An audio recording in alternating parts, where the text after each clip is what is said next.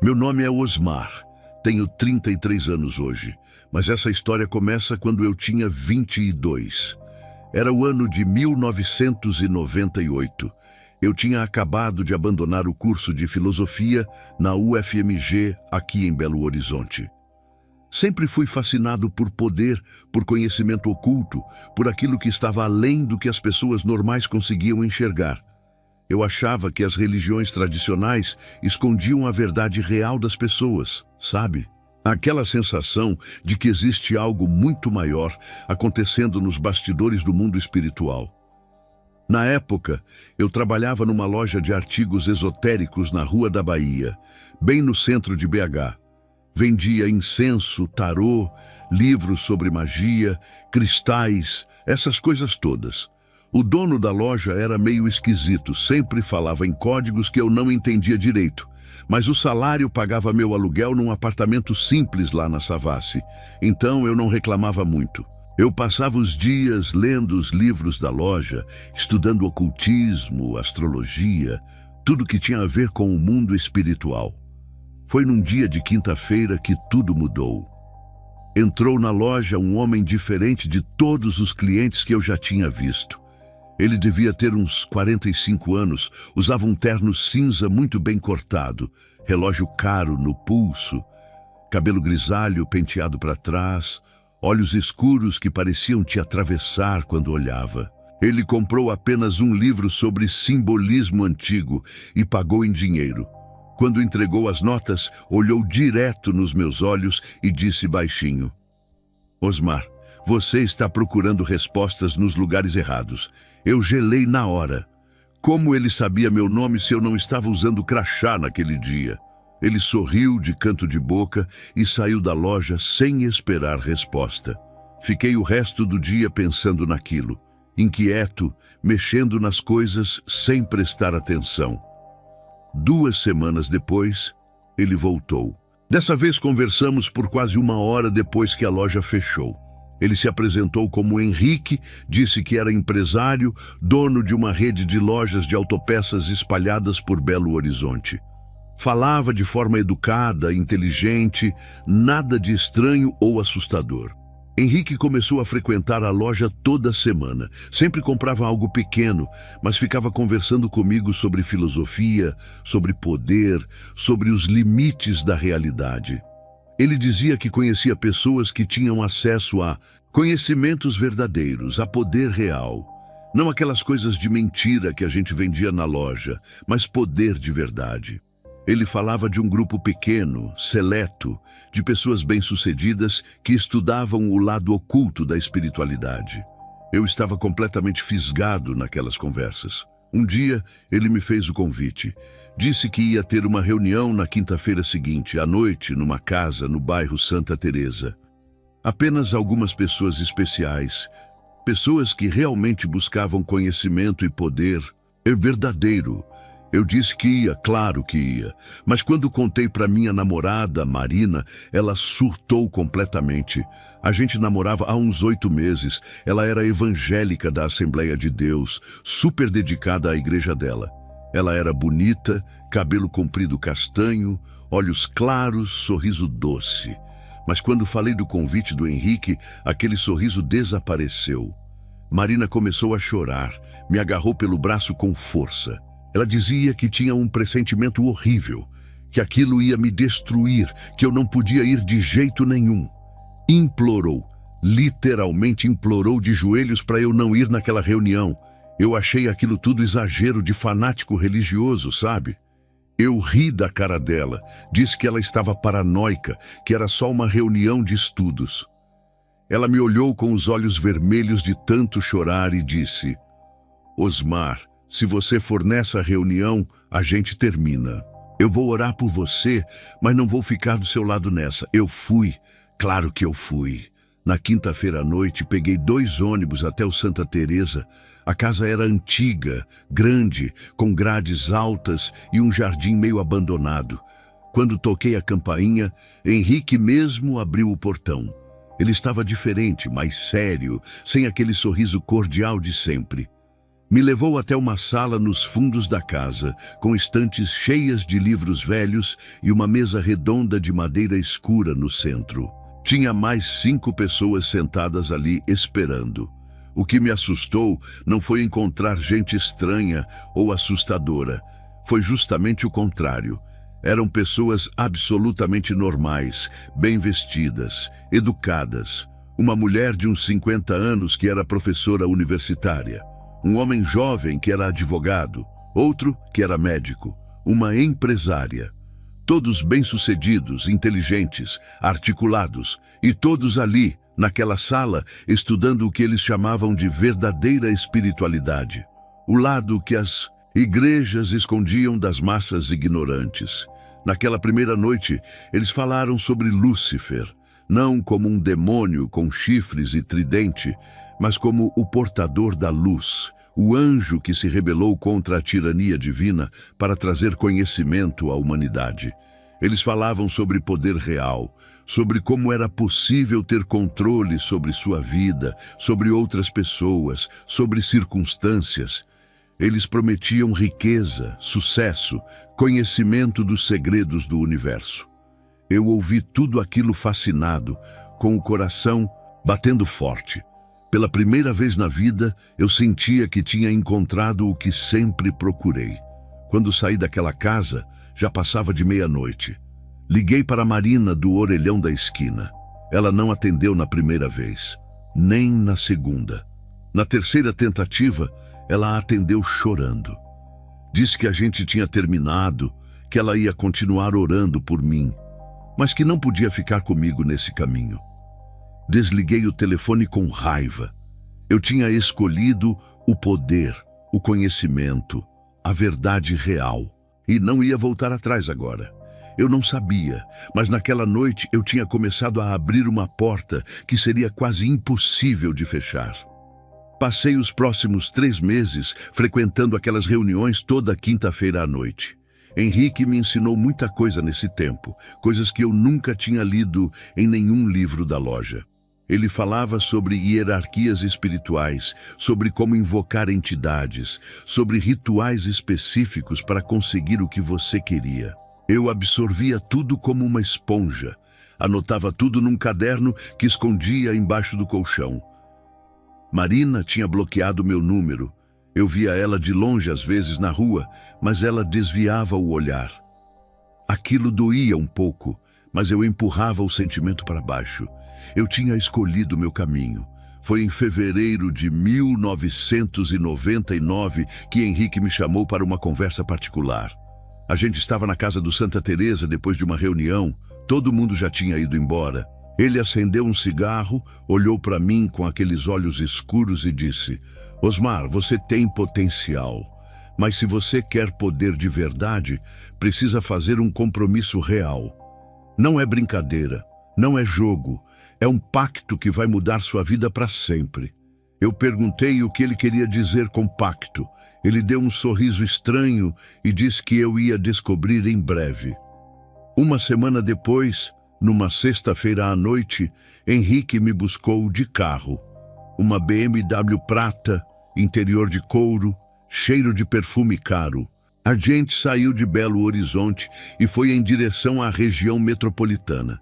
Ele não falava muito, só olhava para a estrada. Eu estava nervoso, suando frio, o coração acelerado. A gente rodou por uns 40 minutos até chegar numa estrada de terra em Vespasiano. No fim da estrada tinha uma chácara abandonada, portão enferrujado, mato alto dos lados.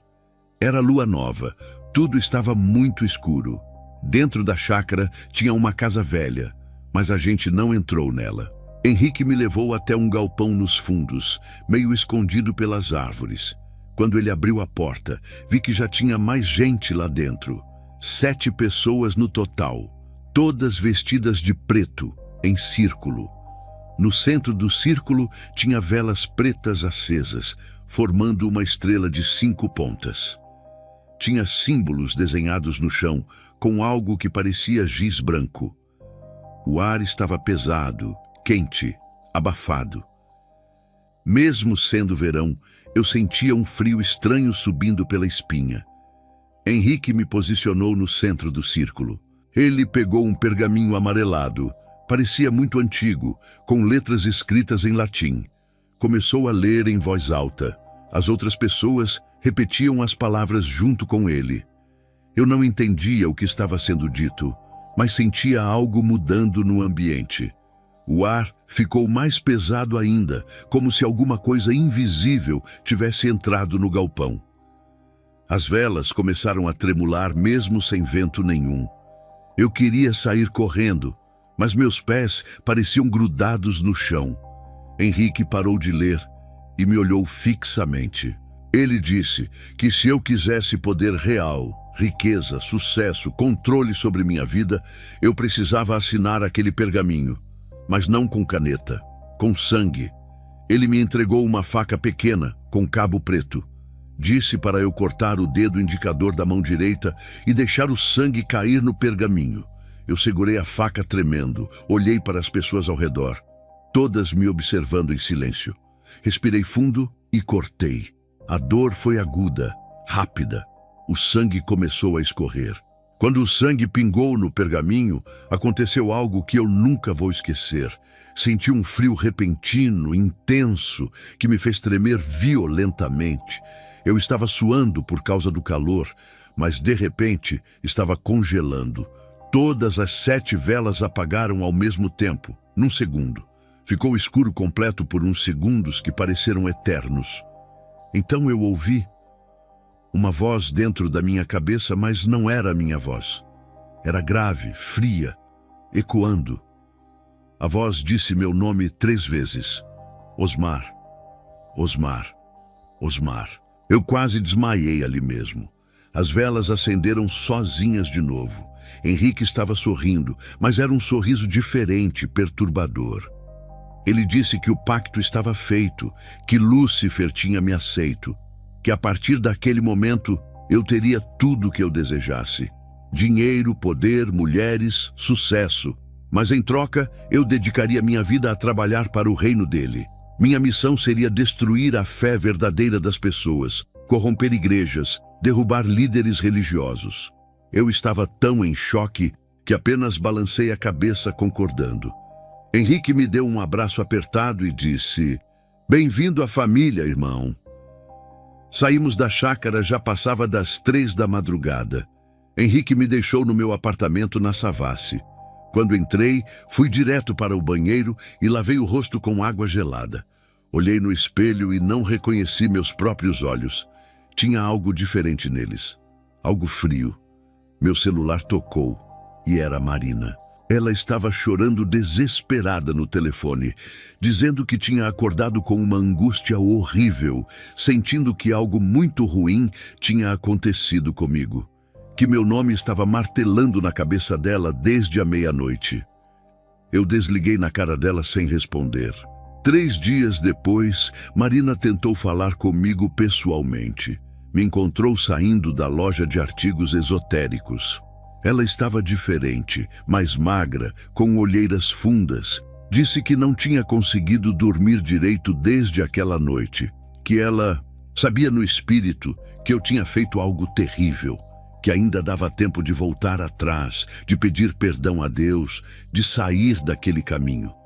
Eu olhei para ela com frieza e disse que a gente não tinha mais nada a ver um com o outro. Que ela ficasse com a religião dela e me deixasse em paz. Ela me olhou com os olhos cheios de lágrimas e disse: "Eu vou continuar orando por você, Osmar, mesmo que você não queira." Marina bloqueou meu número depois daquele dia. Eu a via de vez em quando de longe na cidade, mas ela sempre desviava. 3 semanas depois daquele encontro, descobri pelo Orkut que ela estava namorando outro cara. Um cara da igreja dela, bonito, sorriso largo nas fotos. A foto de perfil dela era os 2 juntos. Aquilo me deu uma raiva profunda, uma inveja que queimava. Mas eu empurrei o sentimento para baixo de novo. Eu tinha feito minha escolha. Tinha assinado o pacto com meu próprio sangue e agora não tinha mais volta. O que eu não sabia era que aquela tinha sido apenas a primeira noite de uma jornada de 10 anos pelas trevas mais profundas. Os primeiros sinais de mudança apareceram rápido, muito mais rápido do que eu esperava. 3 semanas depois do pacto, o dono da loja de artigos esotéricos me chamou para uma conversa. Ele disse que estava impressionado com o meu conhecimento, que eu vendia mais que qualquer funcionário que ele já teve. Me ofereceu sociedade na loja, 20% do negócio, sem eu colocar R$1. Eu aceitei na hora. Em 2 meses, meu salário tinha triplicado. Era dinheiro aparecendo de um jeito que não fazia sentido nenhum. Em junho de 2000, um ano depois do pacto, eu já tinha saído do apartamento simples da Savassi. Comprei uma cobertura no Lourdes, um dos bairros mais caros de Belo Horizonte. 200 metros quadrados, varanda com vista para a cidade. Móveis caros que eu comprava sem nem pensar no preço. Troquei os ônibus por um Vectra preto 0 quilômetro. As pessoas da loja perguntavam como eu tinha conseguido tanto dinheiro tão rápido. Eu só sorria e mudava de assunto. Elas não faziam ideia do que eu tinha feito para conseguir aquilo tudo, mas o preço começou a aparecer também. Eu fazia rituais toda sexta-feira à meia-noite, sempre sozinho no quarto trancado da cobertura. Henrique me ensinou tudo. Como desenhar os símbolos, quais palavras pronunciar, como invocar demônios específicos para diferentes objetivos. Tinha demônio para dinheiro, para sedução, para vingança, para conhecimento. Eu aprendi o nome de cada um, a hierarquia deles. Era como uma empresa, só que do lado das trevas. E eu estava subindo rápido nessa hierarquia. Os rituais funcionavam de uma forma que eu não consigo explicar direito. Uma vez, Henrique me trouxe uma foto de um pastor de uma igreja em Contagem. Um cara de uns 50 anos, barrigudo, sorriso largo na foto. Henrique disse que o cara era perigoso, que a igreja dele estava crescendo demais, que precisava ser parado. Me deu a foto e disse: "Trabalha nele." Eu fiz o ritual numa sexta-feira. Acendi as velas pretas, coloquei a foto no centro do círculo, invoquei uma entidade específica que trabalha com vícios e ambição. Durante o ritual, aconteceu algo bizarro. Eu comecei a saber coisas sobre aquele pastor que eu nunca deveria saber. O nome completo dele era Antônio Carlos. Ele tinha uma esposa e 3 filhos. Mas eu vi mais. Ele tinha uma amante há 2 anos, uma mulher da própria igreja. Ele desviava dinheiro dos dízimos para pagar um apartamento para ela. E tinha mais. Ele estava começando a pregar mais sobre dinheiro do que sobre santidade, empurrando a venda de óleo ungido para os membros. Quando contei tudo isso para o Henrique depois, ele confirmou. Estava tudo certo. Eu não tinha como saber aquelas coisas, mas eu sabia. 3 meses depois daquele ritual, o escândalo do pastor Antônio Carlos estourou. A esposa dele descobriu a amante. Fez um barraco na igreja num domingo de manhã na frente de todo mundo. Depois, descobriram o desvio de dinheiro. O cara foi afastado, processado, virou notícia no jornal local. A igreja, que tinha 1.500 membros, rachinou no meio. Mais da metade foi embora. Quando vi a notícia no jornal, senti algo estranho no peito. Não era satisfação. Era um nojo de mim mesmo. Mas eu empurrei o sentimento para baixo de novo, como sempre fazia. O poder era real, mas o preço psicológico era pesado. Eu não conseguia dormir direito mais. Toda noite acordava pontualmente às 3 da madrugada, sempre 3 horas. Suando frio, com o coração disparado, aquela sensação de que tinha alguém me observando no escuro. Os pesadelos eram horríveis. Eu me via num lugar escuro, cercado de sombras que sussurravam meu nome. Acordava gritando às vezes. Comecei a tomar remédio para dormir, mas não adiantava muito. Minha mãe notou a mudança. Ela morava no bairro Cachoeirinha, numa casa simples, e eu ia visitar ela uma vez por mês. Numa dessas visitas, ela segurou meu rosto com as 2 mãos e disse: Osmar, o que aconteceu com você, meu filho? Seus olhos estão diferentes, você está mais frio, mais distante. Eu menti, disse que era só cansaço do trabalho. Ela não acreditou, mas não insistiu. Minha mãe sempre foi uma mulher de fé, católica devota, rezava o terço todo dia. Se ela soubesse o que eu estava fazendo, morreria do coração. Tinha outras coisas estranhas acontecendo também. Cachorros latiam furiosamente quando eu passava na rua, mesmo sem me conhecer. Crianças pequenas choravam perto de mim, sem motivo aparente. Eu entrava num lugar e as pessoas se afastavam instintivamente, sem saber por quê. Era como se elas sentissem algo errado em mim, algo que não conseguiam explicar. Eu tinha perdido todos os amigos da época da faculdade. Eles diziam que eu tinha mudado, que estava arrogante, esquisito. Pararam de me chamar para sair. Uma noite, eu estava no computador mexendo no Orkut, procrastinando. Entrei sem querer no perfil da Marina. Ela tinha mudado a foto de perfil. Agora era ela com um bebê no colo, um menino pequeno de olhos claros. A legenda dizia: meu maior presente de Deus. Ela tinha casado e já tinha um filho. Eu olhei para aquela foto por longos minutos, sentindo um vazio enorme no peito. Ela estava feliz, sorrindo daquele jeito doce que eu conhecia. E eu estava rico, poderoso, mas completamente sozinho e vazio por dentro. Em 2001, abri minha própria empresa de importação. Eu não entendia nada de importação, mas o negócio decolou do nada. Contratos apareciam sem eu procurar, licitações que eu ganhava sem concorrência real, dinheiro multiplicando de um jeito que não fazia sentido no mercado. Em 6 meses, a empresa já faturava mais de R$100 mil por mês. Eu tinha 25 anos e estava rico. Mas toda sexta-feira à noite eu trancava a porta do meu quarto e fazia meus rituais. Porque eu sabia, todo aquele sucesso tinha um preço. E o preço estava sendo cobrado da minha alma, um pedaço de cada vez. Henrique me disse numa dessas reuniões que eu estava pronto para o próximo nível, que tinha uma missão específica esperando por mim. Algo maior do que apenas rituais isolados contra pastores corruptos. Ele disse que eu ia entender o plano maior, a estratégia completa do reino das trevas. E que quando eu entendesse, não teria mais volta nenhuma. Eu perguntei quando seria essa revelação. Ele sorriu daquele jeito perturbador dele e disse: em breve, Osmar, muito em breve, você vai ver com seus próprios olhos o que estamos construindo no Brasil inteiro. Foi em 2003, 5 anos depois do pacto, que tudo mudou de novo.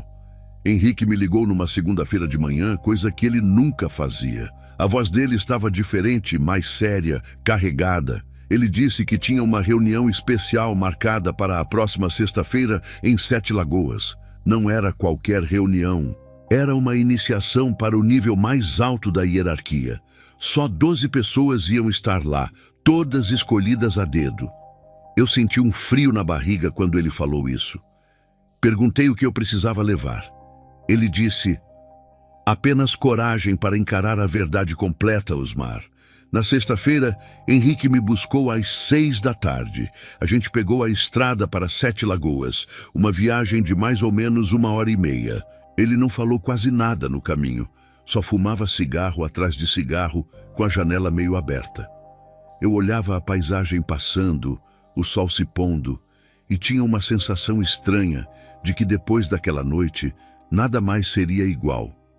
A gente chegou numa fazenda isolada, longe da cidade, sem vizinhos por perto. Era um lugar grande, cercado de mata, com uma casa antiga no centro.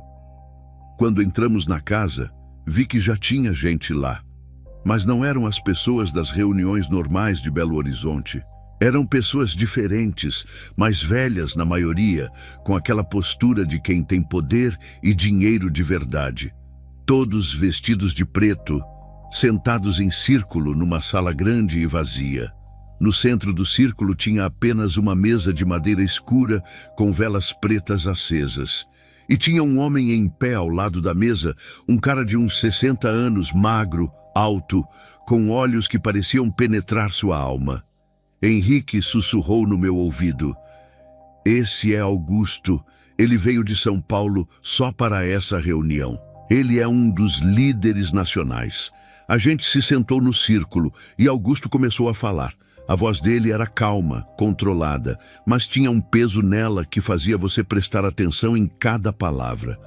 Ele disse que estávamos ali porque tínhamos provado nossa lealdade e dedicação ao reino das trevas, que agora ia ser revelado para nós o plano completo, a estratégia que estava sendo executada no Brasil há décadas, e que depois de saber, não teria como voltar atrás.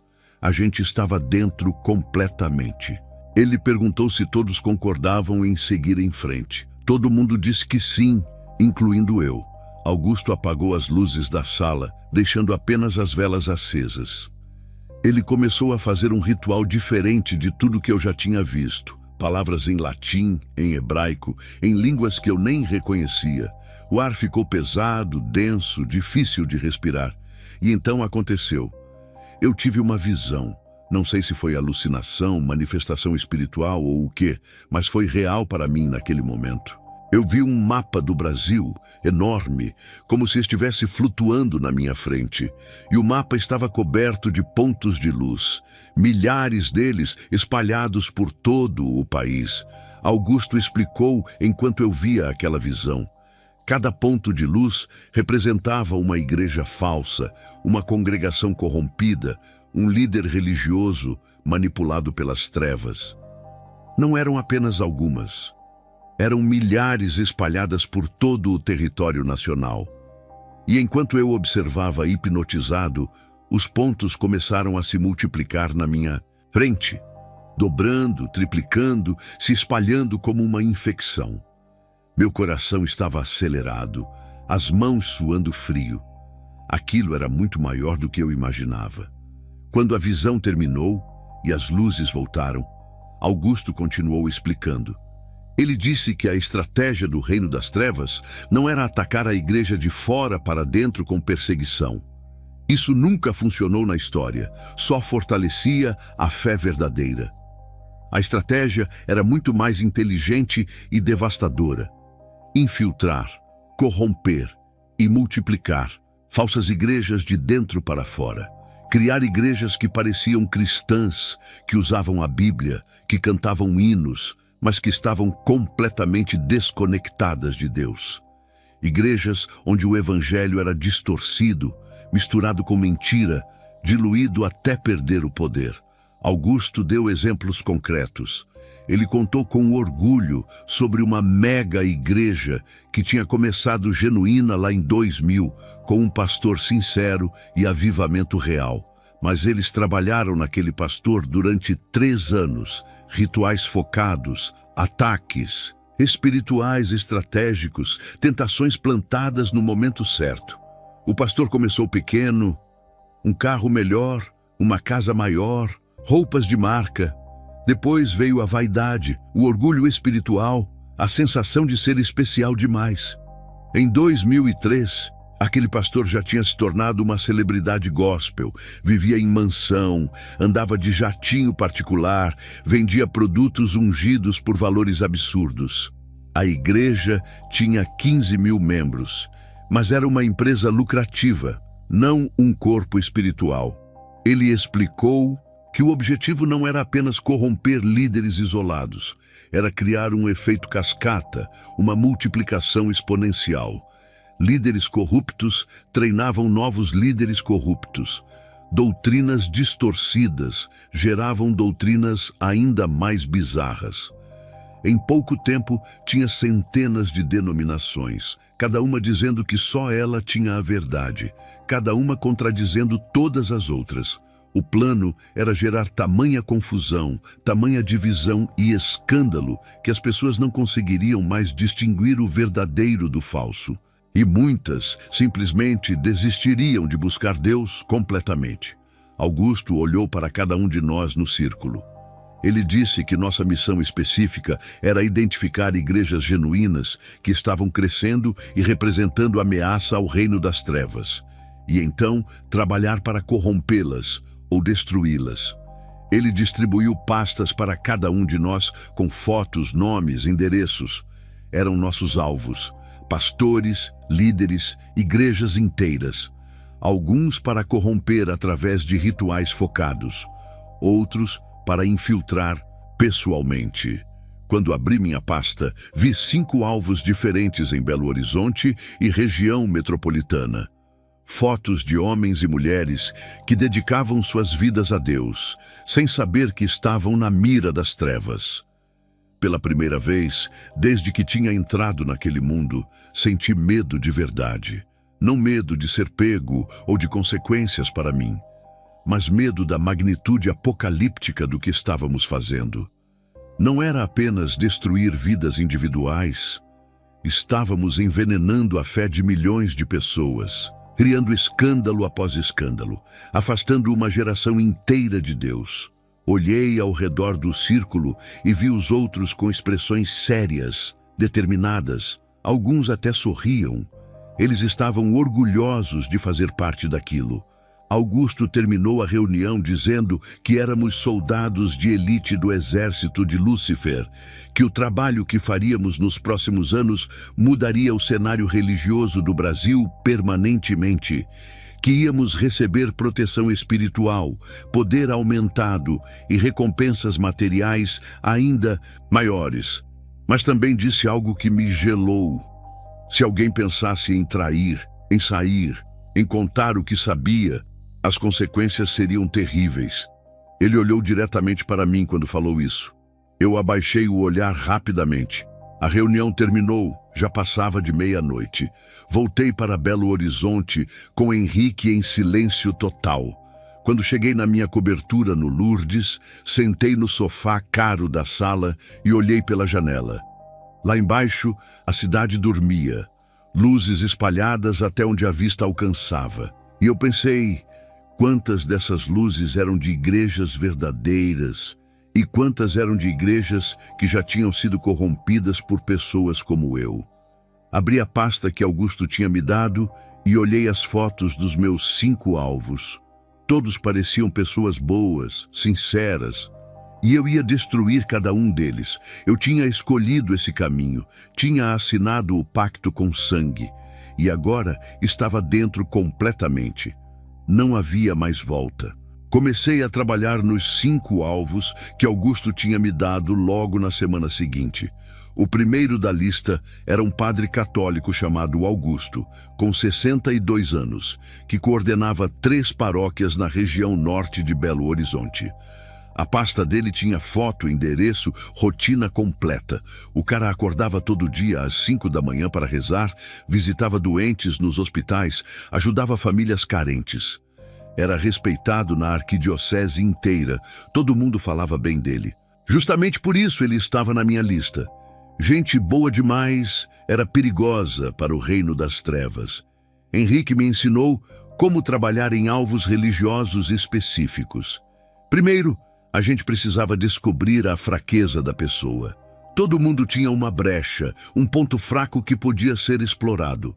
Podia ser orgulho, ambição, dinheiro, mulher, vícios escondidos. A gente fazia rituais de revelação primeiro para descobrir qual era a fraqueza. Depois vinha o ataque focado, rituais específicos para abrir aquela porta de tentação na vida da pessoa. E então a gente só precisava esperar e observar. O demônio fazia o resto do trabalho. No caso do Padre Augusto, descobri a fraqueza dele num ritual que fiz numa sexta à noite.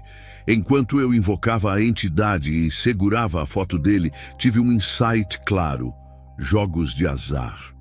O homem tinha uma fraqueza escondida por jogos. Ninguém sabia, nem a família, mas ele gostava de apostar. Tinha conseguido controlar aquilo a vida toda, mas a semente estava lá. Comecei a fazer rituais focados toda semana, sempre na sexta à meia-noite. Eu invocava um demônio específico que trabalha com vícios e compulsões. Acendia as velas pretas, colocava a foto dele no centro do círculo desenhado no chão e pedia para a entidade abrir portas de tentação, quebrar as defesas espirituais dele. Em 2 meses, Henrique me informou que o padre Augusto tinha começado a frequentar casas de bingo. Ele ia escondido, em bairros afastados onde ninguém o conhecia. Gastava pouco no começo, apenas 20 ou 30 reais por noite. Mas a compulsão estava crescendo. Em 4 meses, ele já estava indo 3 vezes por semana e perdendo. Começou pequeno, mas as dívidas cresceram rápido. Foi quando ele começou a pegar dinheiro das ofertas das paróquias. Só um pouco no começo, pensando que ia repor depois. Mas vício não funciona assim. A coisa só piora. Em 6 meses, o escândalo estourou. A arquidiocese descobriu o desvio de dinheiro durante uma auditoria de rotina. Mais de 50 mil reais tinham sumido das contas das 3 paróquias. Investigaram e chegaram no padre Augusto. Confrontaram ele e o homem desabou. Confessou tudo chorando. Foi afastado imediatamente, processado. Virou notícia no jornal Estado de Minas. A manchete era: padre desvia dinheiro de fiéis para alimentar vício em jogos. Quando li aquela manchete tomando café na minha cobertura, senti aquele nojo de mim, mesmo de novo, mas dessa vez mais forte. O pior veio depois. Durante a investigação, descobriram mais coisas. O padre Augusto tinha um relacionamento proibido com uma mulher casada da paróquia há mais de 1 ano. Ela era catequista, tinha marido e 2 filhos. O escândalo ficou gigante, saiu em todos os jornais locais, foi parar até na televisão. Centenas de católicos ficaram revoltados, questionando a igreja inteira por causa de um homem. Muitos abandonaram a fé completamente. Eu tinha cumprido minha missão. Mais uma luz verdadeira apagada. O segundo alvo era completamente diferente. Era um pastor evangélico de uma igreja batista em Contagem, chamado Marcelo. Ele tinha 38 anos, era casado, tinha 3 filhos pequenos. A igreja dele era grande, mais de 2.000 membros, mas o cara era humilde de verdade. Morava numa casa simples, dirigia um Gol velho, usava roupa barata, pregava com fogo genuíno, ajudava os pobres pessoalmente, visitava presídios. Henrique disse que justamente por isso ele era extremamente perigoso. Um líder genuíno podia inspirar milhares, precisava ser neutralizado urgentemente. Trabalhei no pastor Marcelo durante 1 ano inteiro. Toda sexta-feira, rituais focados. Mas a fraqueza dele era diferente, mais sutil. Não era dinheiro, não era mulher, não era vícios. Era orgulho espiritual disfarçado de zelo. Ele se via como um homem de Deus especial, chamado para grandes coisas. Aquilo era a brecha. Comecei a invocar demônios que trabalham com vaidade e ambição. Pedia para eles sussurrarem no ouvido dele: você é melhor que os outros pastores. Você merece mais reconhecimento. Sua igreja deveria ser maior. Você está desperdiçando seu potencial aqui. Em 6 meses, vi as primeiras mudanças.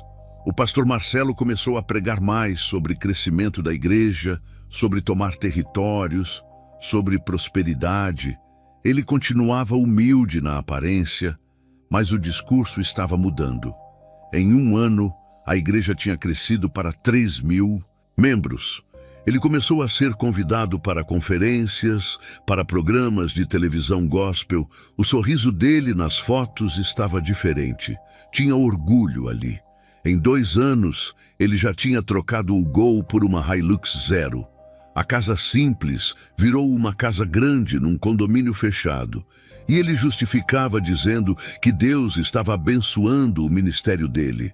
A igreja continuou crescendo, chegou a 5.000 membros. Mas a essência tinha mudado completamente. Agora era mais sobre dinheiro do que sobre santidade, mais sobre show do que sobre conversão verdadeira. O pastor Marcelo usava Rolex, roupa de marca, tinha seguranças particulares. As ovelhas genuínas, aquelas que buscavam Deus de verdade, Foram saindo aos poucos, escandalizadas. As que ficaram eram as interesseiras, as que também queriam enriquecer. Missão cumprida de novo. Mais uma igreja verdadeira transformada em empresa religiosa. E o pior, o pastor nem sabia que tinha sido manipulado. Achava que tudo aquilo era bênção de Deus. Mas a missão que mudou tudo para mim foi a quinta da lista. Era uma igreja pequena, uma congregação batista renovada no bairro Prado. Tinha apenas 200 membros, um pastor humilde chamado Antônio, muita união entre as pessoas. Eles faziam trabalho social no bairro, ajudavam dependentes químicos, distribuíam comida para moradores de rua. A igreja estava crescendo rápido e impactando a comunidade inteira.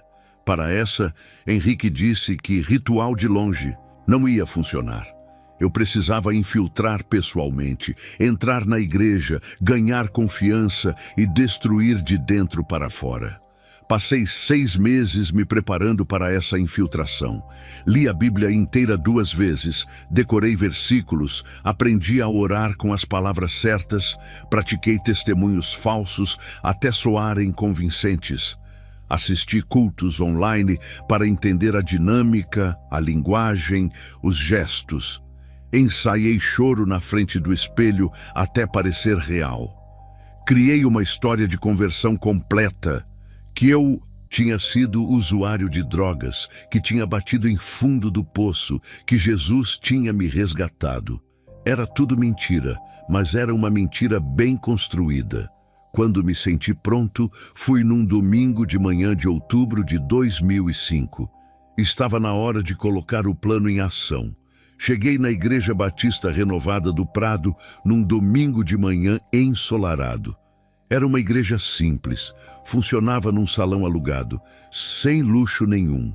As cadeiras de plástico estavam organizadas em fileiras, tinha um telão velho na frente e uma banda de 3 músicos com instrumentos básicos.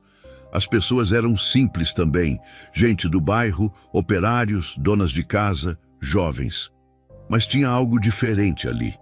Um calor humano, uma alegria genuína. Eles se abraçavam de verdade, conversavam, riam. Aquilo me incomodou de um jeito estranho. Sentei no fundo durante o culto. A banda tocou 3 músicas de louvor, nada elaborado, mas as pessoas cantavam com os olhos fechados, algumas chorando.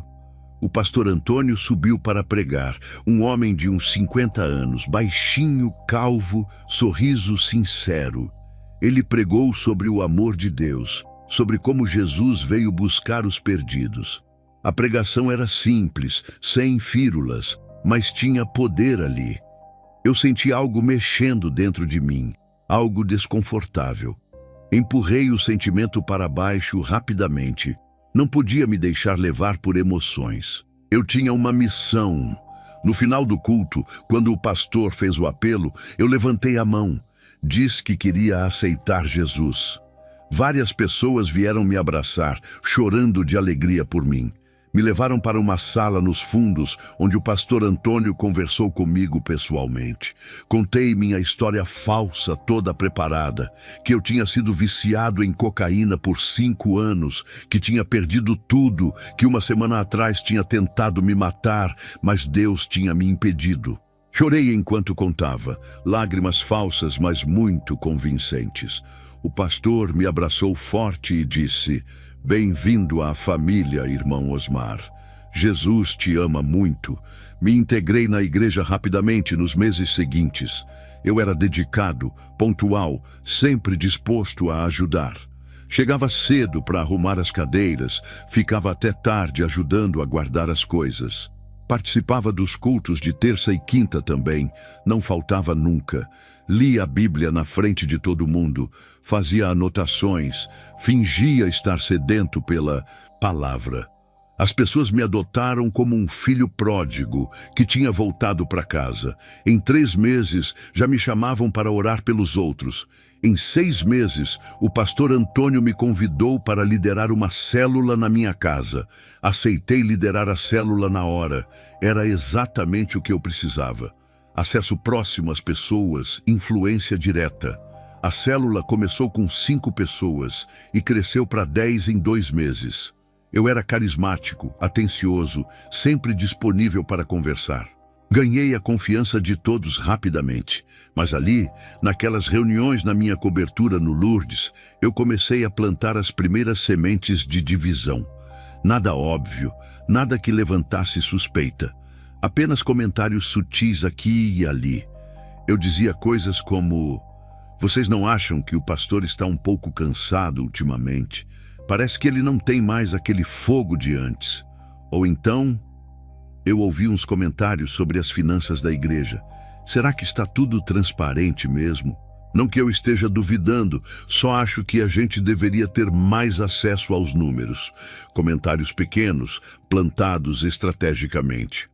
As pessoas começaram a prestar atenção em coisas que nunca tinham notado antes. A dúvida é como um câncer. Começa pequena, mas cresce rápido. Em 1 ano dentro da igreja, eu já era líder de célula respeitado e fui convidado para integrar a liderança de jovens.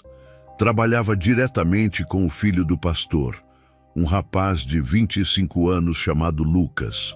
Ele era sincero, apaixonado por Deus, meio inocente demais, fácil de manipular. Comecei a trabalhar nele também, plantando insegurança sobre o pai.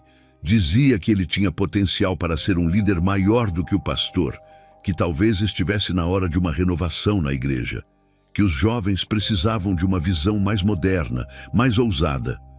Em 2007, 2 anos depois da minha entrada, a igreja estava completamente diferente.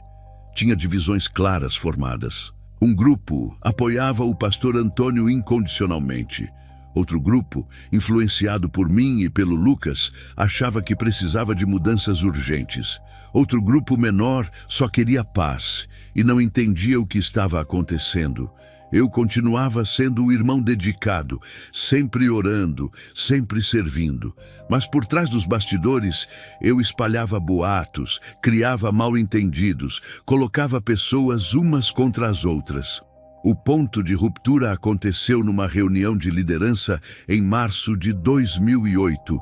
Eu e Lucas propusemos mudanças estruturais na igreja, incluindo a substituição do pastor Antônio por uma liderança coletiva mais jovem. Dissemos que o amávamos, mas que ele estava velho, cansado, precisava descansar. Metade da liderança concordou. A outra metade ficou horrorizada. A discussão virou gritaria. Acusações voaram para todos os lados.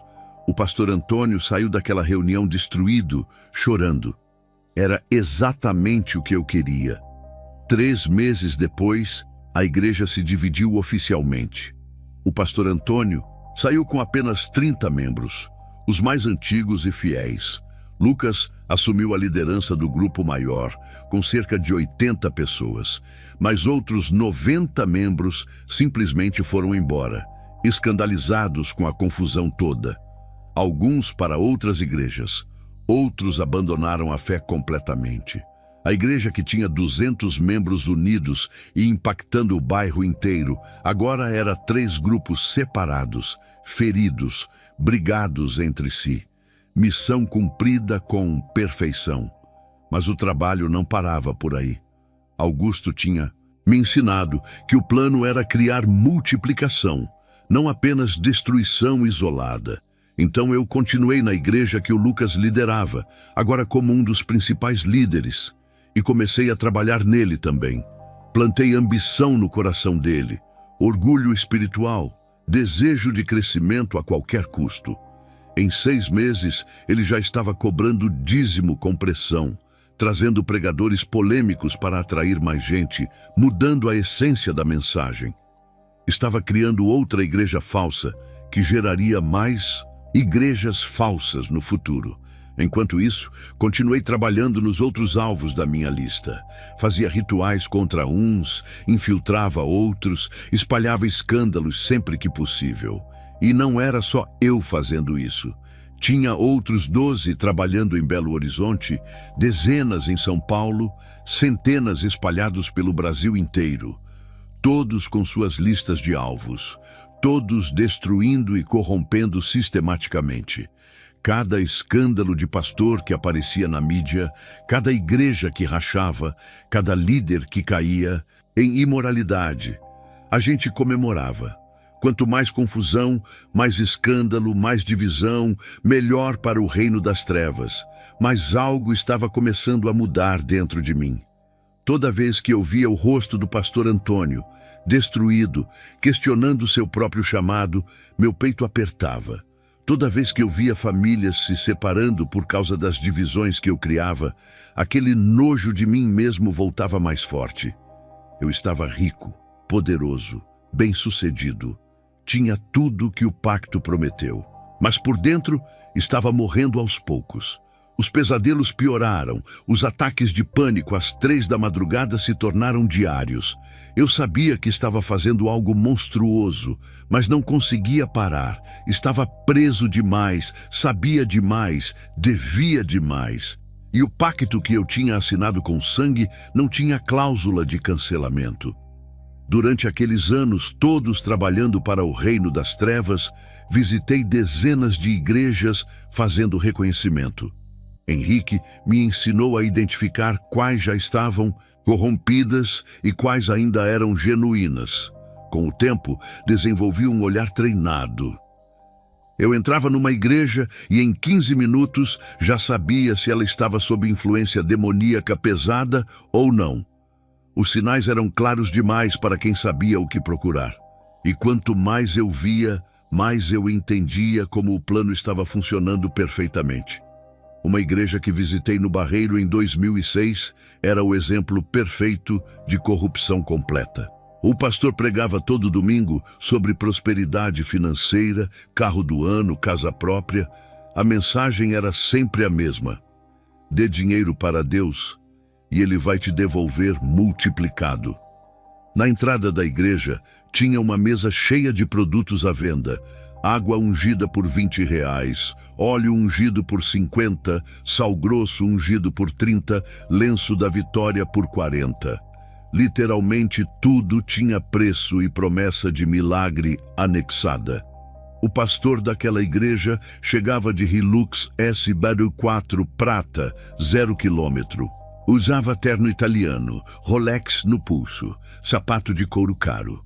Morava numa mansão num condomínio fechado, postava fotos no Facebook viajando para Miami, Paris, Dubai. Enquanto isso, os membros da igreja eram pobres, muitos desempregados, vivendo de bico. Mas continuavam dando dízimo e ofertas porque acreditavam que um dia a bênção ia chegar. Eu nem precisei fazer ritual contra aquela igreja. Ela já estava completamente corrompida, fazendo o trabalho do diabo melhor do que eu faria. Visitei outra igreja na Pampulha, que era diferente, mas igualmente falsa. Lá o foco era a experiência emocional vazia. O culto era puro show. Luzes coloridas profissionais, fumaça teatral, banda com equipamento de R$40 mil, telões gigantes, coreografias ensaiadas. As pessoas caíam no chão aos montes, rolavam, gritavam em línguas estranhas, pulavam, choravam. Mas na segunda-feira de manhã, essas mesmas pessoas voltavam para suas vidas sem mudança nenhuma. Maridos que batiam nas esposas continuavam batendo. Empresários que roubavam continuavam roubando. Jovens que se drogavam continuavam se drogando. O que me surpreendeu durante esses anos foi descobrir que tamanho não significava nada. Essa foi uma das maiores revelações para mim. Eu vi mega igrejas com 10 mil membros onde o Espírito de Deus realmente operava. Líderes humildes que prestavam contas, transparência financeira total, vidas genuinamente transformadas. Essas igrejas grandes e verdadeiras eram nossos alvos prioritários, porque influenciavam muita gente. Ao mesmo tempo, vi igrejinhas de 20 pessoas completamente podres por dentro. Pastores, ditadores que controlavam tudo, membros miseráveis vivendo com medo, zero transformação real. Aprendi também que muitas igrejas falsas não começaram assim. Henrique me mostrou registros históricos de algumas delas. Começavam genuínas, com um líder sincero, com fogo de Deus, com milagres reais acontecendo. Mas com o tempo, a vaidade entrava, o dinheiro corrompia, o poder subia a cabeça. O diabo não precisava criar igrejas falsas do zero. Ele só esperava pacientemente e corrompia as verdadeiras através das fraquezas dos líderes. Era uma estratégia muito mais eficiente e cruel. Em 2007, Henrique me levou para conhecer uma igreja que tinha sido alvo nosso 5 anos antes. Era uma congregação que tinha começado com 300 membros, muito fogo, muita união. Fizemos trabalho pesado contra o líder durante 2 anos. Quando visitamos, a igreja tinha 1.200 membros, mas estava completamente diferente. O pastor usava corrente de ouro grossa no pescoço, dirigia BMW, vendia CDs e DVDs do ministério dele por valores absurdos. A pregação era rasa, motivacional, mais autoajuda do que evangelho. Henrique sorriu para mim e disse: "Viu como funciona, Osmar? Paciência e persistência." Mas teve algo que me marcou profundamente. Numa dessas visitas de reconhecimento, entrei numa igrejinha no bairro Floresta. Não tinha nem 40 pessoas. Funcionava numa casa alugada simples. O pastor era um professor que trabalhava durante a semana, não recebia salário da igreja. As pessoas eram humildes, a maioria idosos e alguns jovens. Não tinha banda, só um violão velho. Não tinha telão, só uma Bíblia grande aberta no púlpito. Mas quando aquelas pessoas oravam, eu senti algo que me incomodou demais. Tinha a presença de Deus ali, real, pesada, pura. Fiquei até o fim daquele culto e vi uma cena que não saía da minha cabeça. Uma senhora de uns 70 anos, simples, vestido velho, ficou depois do culto limpando o chão. Ela varria cantando baixinho um hino, com um sorriso no rosto. Tinha uma paz nela, uma alegria que não vinha de bens materiais ou shows emocionais. Vinha de uma conexão real com Deus. Saí daquela igreja perturbado, com o peito apertado, porque eu sabia, aquela igrejinha humilde tinha mais de Deus do que as mega igrejas corrompidas que eu ajudava a criar. Voltei para minha cobertura no Lourdes naquela noite e fiquei olhando pela janela. Lá embaixo, a cidade toda iluminada. E eu pensava, quantas igrejas verdadeiras ainda existiam lá fora? E quantas a gente já tinha destruído ou corrompido? Os números que Augusto mostrava nas reuniões eram assustadores. Milhares de igrejas falsas espalhadas pelo Brasil. Dezenas de escândalos planejados por ano, uma geração inteira sendo afastada de Deus por causa da confusão que criamos. Eu estava no topo da hierarquia satânica agora, rico e poderoso. Mas naquela noite, olhando a cidade lá de cima, me senti como o ser humano mais miserável do planeta. Os pesadelos começaram a piorar drasticamente em 2007, 8 anos depois do pacto. Não era mais só acordar às 3 da madrugada suando. Agora eram sonhos vívidos, horríveis, que pareciam mais reais que a própria realidade. Toda noite eu sonhava com meu próprio funeral. Eu via meu caixão sendo enterrado num cemitério completamente vazio. Não tinha ninguém chorando, nenhum parente, nenhum amigo. Só urubus negros empoleirados nos galhos das árvores secas me observando. E uma sensação de solidão tão profunda que eu acordava gritando. Uma noite de setembro daquele ano, aconteceu algo que me apavorou de verdade. Acordei sentindo que alguém estava me sufocando fisicamente. Abri os olhos e vi uma sombra escura no canto do quarto. Não era a sombra normal da escuridão. Era uma coisa sólida, densa, com formato quase humano. Ela me observava. Tentei gritar, mas nenhum som saía da minha garganta. Meu corpo estava paralisado. Só conseguia mexer os olhos. Aquilo durou uns 30 segundos que pareceram horas. Quando a sombra finalmente sumiu, pulei da cama e acendi todas as luzes da cobertura. Fui até o banheiro e olhei no espelho. Tinha marcas roxas no meu pescoço, como dedos. Alguém ou alguma coisa tinha tentado me estrangular. Passei o resto da noite sentado na sala com todas as luzes acesas, tremendo, tomando uísque direto da garrafa. Eu sabia que aquilo não era ataque de pânico, nem paralisia do sono. Era real. As entidades que eu invocava há anos estavam se voltando contra mim. Ou talvez estivessem apenas me lembrando quem era o dono da minha alma.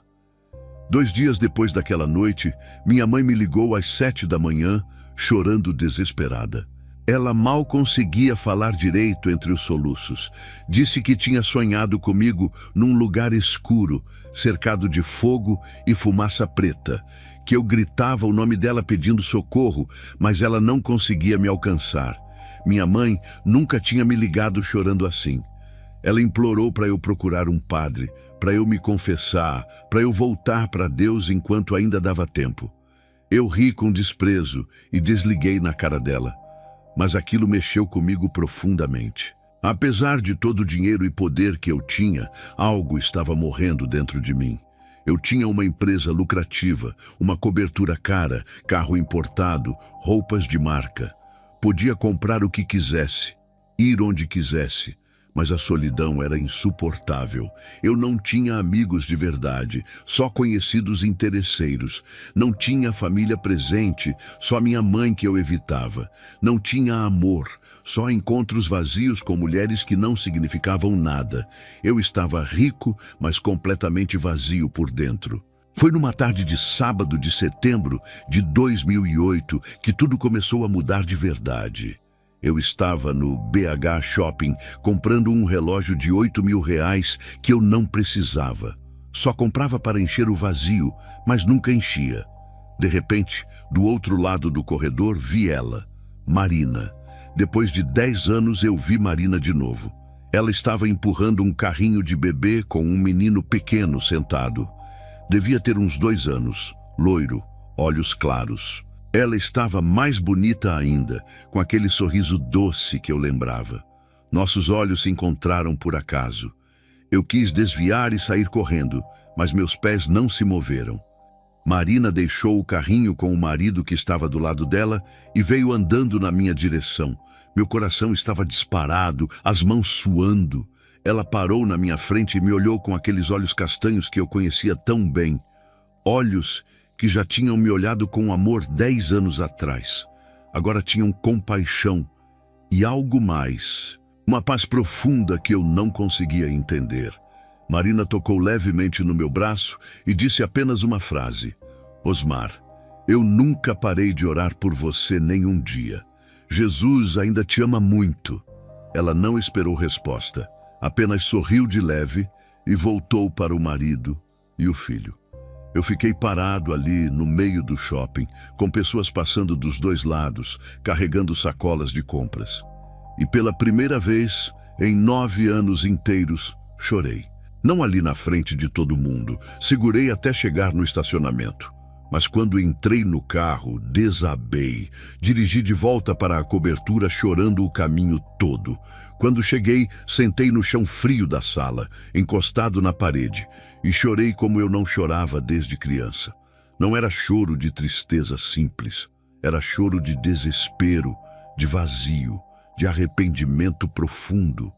Eu tinha escolhido poder ao invés de amor. Tinha escolhido dinheiro ao invés de paz. Tinha escolhido as trevas ao invés da luz, e agora estava preso num pacto de sangue que não tinha como quebrar. Ou pelo menos era isso que eu achava. O que eu não sabia naquela tarde era que Marina tinha feito exatamente o que disse. Ela nunca parou de orar por mim e não orava sozinha. Logo depois que a gente terminou lá em 98, ela pediu para uma intercessora poderosa da igreja dela orar especificamente por mim. Essa intercessora se chamava Dona Conceição, uma senhora de 72 anos que trabalhava como faxineira numa igreja batista no bairro Floresta. A mesma igrejinha humilde que eu tinha visitado e sentido a presença de Deus. Dona Conceição nunca tinha me visto pessoalmente, não sabia meu sobrenome, não sabia onde eu morava, mas ela tinha meu primeiro nome, Osmar. E durante 10 anos, ela orou por mim todos os dias às 5 da manhã, enquanto limpava aquele templo vazio. Orações de guerra espiritual, quebrando pactos, amarrando demônios, pedindo pela minha libertação. Eu não sabia, mas havia uma guerra acontecendo no mundo espiritual por causa da minha alma. E as orações daquela senhora humilde estavam começando a quebrar as cadeias que me prendiam nas trevas. A batalha pela minha alma tinha finalmente começado de verdade. Em novembro de 2008, tomei a decisão mais difícil da minha vida. Não conseguia mais dormir, não conseguia mais comer direito, estava emagrecendo e com olheiras fundas. Os ataques espirituais tinham se tornado diários. Eu acordava com arranhões no corpo que não estavam lá quando dormi. Objetos caíam das prateleiras sozinhos. Ouvia vozes sussurrando meu nome nos cantos vazios da cobertura. Estava enlouquecendo aos poucos. Precisava de ajuda, mas não sabia onde buscar. Lembrei da igrejinha humilde no Floresta que tinha me marcado tanto. Procurei o endereço na internet e descobri que funcionava numa casa alugada na Rua das Acácias. Numa terça-feira à noite, depois de muito hesitar, dirigi até lá. Era uma casa simples, pintada de branco, com um portão de ferro velho. Tinha uma placa pequena escrita à mão: Igreja Batista Betel. Estacionei do outro lado da rua e fiquei quase 20 minutos olhando com medo de entrar. Mas algo mais forte me puxava para aquela porta. Quando finalmente desci do carro e toquei a campainha, quem atendeu foi um homem de uns 38 anos, magro, óculos, sorriso gentil. Ele se apresentou como Pastor Joel. Disse que trabalhava como professor de história durante a semana e pastoreava a igreja à noite e nos finais de semana. Não recebia salário da igreja, fazia tudo por amor mesmo. Ele me convidou para entrar e sentamos numa salinha nos fundos que servia como escritório. Tinha uma mesa velha, 2 cadeiras, uma Bíblia aberta e nada mais. Eu contei tudo, cada detalhe desde 1998. O pacto de sangue, os rituais semanais, as igrejas que destruí, os líderes que corrompi, o padre Augusto, o pastor Marcelo, a infiltração na igreja do Prado. Falei dos demônios que invocava, da hierarquia satânica, do plano nacional de corromper igrejas. Falei por quase 2 horas sem parar. Esperava que o pastor Joel me expulsasse com nojo, com medo. Mas ele apenas me ouviu em silêncio, sem me interromper uma vez sequer. Quando terminei de falar, estava chorando de novo. O pastor Joel segurou minhas 2 mãos e olhou direto nos meus olhos. Ele disse com uma convicção que me chocou: Osmar, Jesus te ama profundamente. E nós vamos lutar por você em oração e jejum até você ser completamente livre. Você não vai passar por isso sozinho. Aquelas palavras quebraram algo dentro de mim. Fazia 10 anos que ninguém falava comigo com amor verdadeiro daquele jeito. Fazia 10 anos que eu não sentia esperança nenhuma, mas os ataques começaram imediatamente naquela mesma noite. Quando voltei para a cobertura, depois de conversar com o pastor Joel, o inferno literalmente se soltou. Mal consegui dormir. Sentia uma pressão física no peito que me sufocava. Ouvia vozes múltiplas gritando na minha cabeça que eu era traidor, que ia morrer, que era tarde demais. O apartamento ficava gelado sem razão. Coisas quebravam sozinhas. Foi a noite mais aterrorizante da minha vida. De manhã, liguei para o pastor Joel, desesperado. Ele disse para eu ir na igreja naquela noite mesmo. No dia seguinte, Henrique me ligou. Ele nunca ligava, sempre era eu que procurava ele. A voz estava completamente diferente, fria, ameaçadora, carregada de ódio. Ele disse devagar, pausadamente: Osmar, Você sabe muito bem que não existe saída do pacto. Outros já tentaram sair antes de você. Todos morreram em acidentes ou enlouqueceram completamente. Você fez um pacto de sangue eterno. Pense bem no que está fazendo. Desliguei, tremendo violentamente. Ele estava certo. Eu conhecia 3 pessoas que tentaram sair. Uma morreu num acidente de carro 2 semanas depois. Outra estava internada num manicômio. A terceira simplesmente desapareceu. A libertação aconteceu numa sexta-feira à noite. Quando cheguei na igreja, tinha uns 15 membros esperando. Todos simples, humildes, mas com uma determinação no olhar que me impressionou. E no meio deles estava uma senhora idosa, bem magrinha, cabelos brancos presos num coque.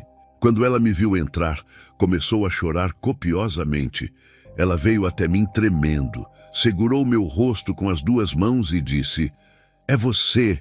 Eu vi seu rosto numa visão há 10 anos. Deus me disse que você chegaria aqui." Aquela era Dona Conceição.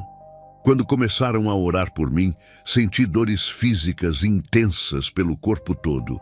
Era como se algo vivo estivesse sendo arrancado de dentro de mim à força. Gritei, chorei, meu corpo se contorcia no chão. Não era fingimento, não era teatro. Eu ouvia vozes demoníacas berrando dentro da minha cabeça. "Você é nosso para sempre. Você não vai conseguir sair. Nós temos um pacto assinado." O pastor Joel colocou a mão na minha testa e gritou com autoridade: "Em nome de Jesus Cristo de Nazaré, saiam agora!" Foi quando vomitei. Uma substância escura, quase preta, com um cheiro horrível que fez várias pessoas recuarem. Eu vomitei 3 vezes. Depois vieram as convulsões, os tremores incontroláveis. O pastor Joel começou a discernir espiritualmente durante a oração. Ele disse alto: "Tem um demônio aqui que vem de gerações atrás da sua família." E pronunciou um nome estranho que eu nunca tinha ouvido. Depois descobri que meu avô paterno, que morreu antes de eu nascer, estava envolvido com macumba pesada. O mesmo espírito que atormentou ele estava em mim por maldição geracional. A libertação durou mais de 4 horas. Quando finalmente terminou, eu estava completamente exausto, encharcado, de suor. Mas algo tinha mudado. Pela primeira vez em 10 anos, respirei fundo e senti paz. Paz de verdade. Não aquela paz falsa que o dinheiro e o poder davam. Dona Conceição, que tinha ficado orando o tempo todo, notou algo. Ela apontou para o meu braço esquerdo e perguntou: "Osmar, cadê aquela marca que você tinha aqui?" Olhei e gelei. A cicatriz estranha em formato de símbolo que eu tinha desde a noite do pacto tinha desaparecido completamente. A pele estava lisa, perfeita, como se nunca tivesse existido nada ali. Era a confirmação física da minha libertação. Minha libertação completa aconteceu num domingo de manhã ensolarado de junho de 2009. O pastor Joel me convidou para ser batizado nas águas, como símbolo público da minha nova vida em Cristo. O batismo seria no córrego que passava atrás da igreja, num lugar simples cercado de árvores. Era inverno, a água estava gelada, mas eu não me importava. Queria apagar de vez aquele pacto de sangue que tinha assinado 10 anos atrás. Quando cheguei no córrego naquela manhã, não acreditei no que vi. Marina estava lá. Ela estava em pé na margem, junto com os outros membros da igreja. O marido dela tinha permitido que ela fosse testemunhar meu batismo. Nossos olhares se cruzaram e ela sorriu com os olhos cheios de lágrimas. 10 anos orando por mim e finalmente estava vendo a resposta. Aquilo me emocionou profundamente. O pastor Joel me levou até o meio do córrego. A água gelada batia na minha cintura, mas eu sentia um calor inexplicável no peito. Ele fez uma oração curta e me mergulhou completamente. Debaixo da água, tive uma visão rápida, mas poderosa. Vi Jesus na cruz do Calvário e o sangue dele caindo sobre mim, lavando literalmente toda a escuridão que me cobria. Quando saí da água, Marina estava cantando. Era o mesmo hino que ela cantava para mim quando éramos namorados. Graça maravilhosa. Pela primeira vez em 10 anos, senti alegria verdadeira, pura, sem culpa misturada. Naquela tarde, fui visitar minha mãe. Sentei com ela na cozinha da casa simples do Cachoeirinha e contei tudo. O pacto, os rituais, as igrejas destruídas, os líderes corrompidos, cada detalhe da minha vida nas trevas. Ela chorou muito, me abraçou apertado. Então disse algo que me curou profundamente. Eu prefiro ter um filho ex-satanista salvo do que um filho religioso perdido. O perdão dela fechou uma ferida que nem a libertação tinha conseguido alcançar. Mas o preço de sair do satanismo foi alto. Perdi tudo que o diabo me deu. A empresa de importação faliu em 6 meses depois da minha conversão. Henrique e os outros satanistas espalharam mentiras sobre mim no meio empresarial de Belo Horizonte. Ninguém mais queria fazer negócio comigo. Perdi a cobertura no Lourdes, o carro importado, as roupas de marca. Fiquei literalmente sem nada. Voltei a morar num apartamento de 2 quartos alugado. Voltei a andar de ônibus, voltei a viver de forma simples. Hoje, 16 anos depois do pacto e 16 anos depois da libertação, trabalho numa gráfica ganhando um salário modesto. Moro de forma simples, mas com uma paz que dinheiro nenhum pode comprar. Sirvo na mesma igrejinha que me acolheu no fundo do poço. Hoje ela cresceu um pouco, tem uns 60 membros. Minha missão de vida é aconselhar pessoas que foram enganadas por igrejas falsas ou que estão saindo do ocultismo.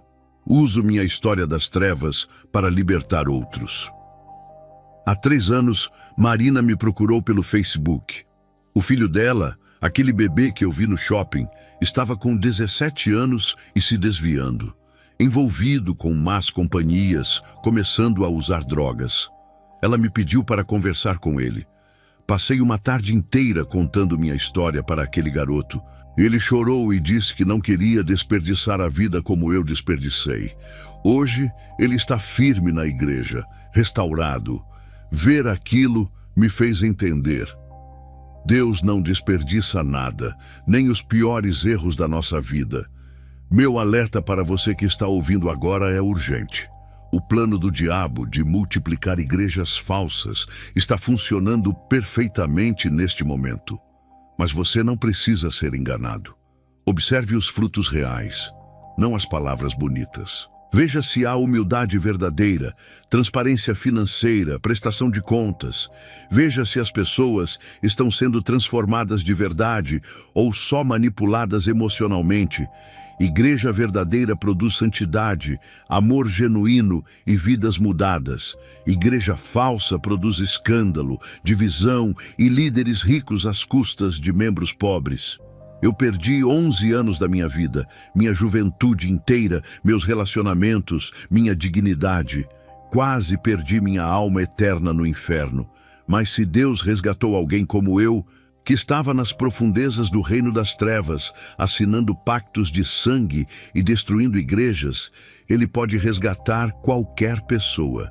Não importa o que você fez, não importa quão longe você foi, Jesus pagou o preço completo na cruz. O sangue dele é mais poderoso que qualquer pacto demoníaco.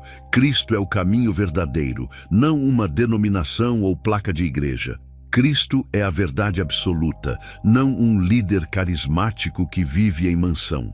Cristo é a vida eterna, não uma experiência emocional vazia de fim de semana. Teste tudo, questione tudo, busque a Deus com sinceridade.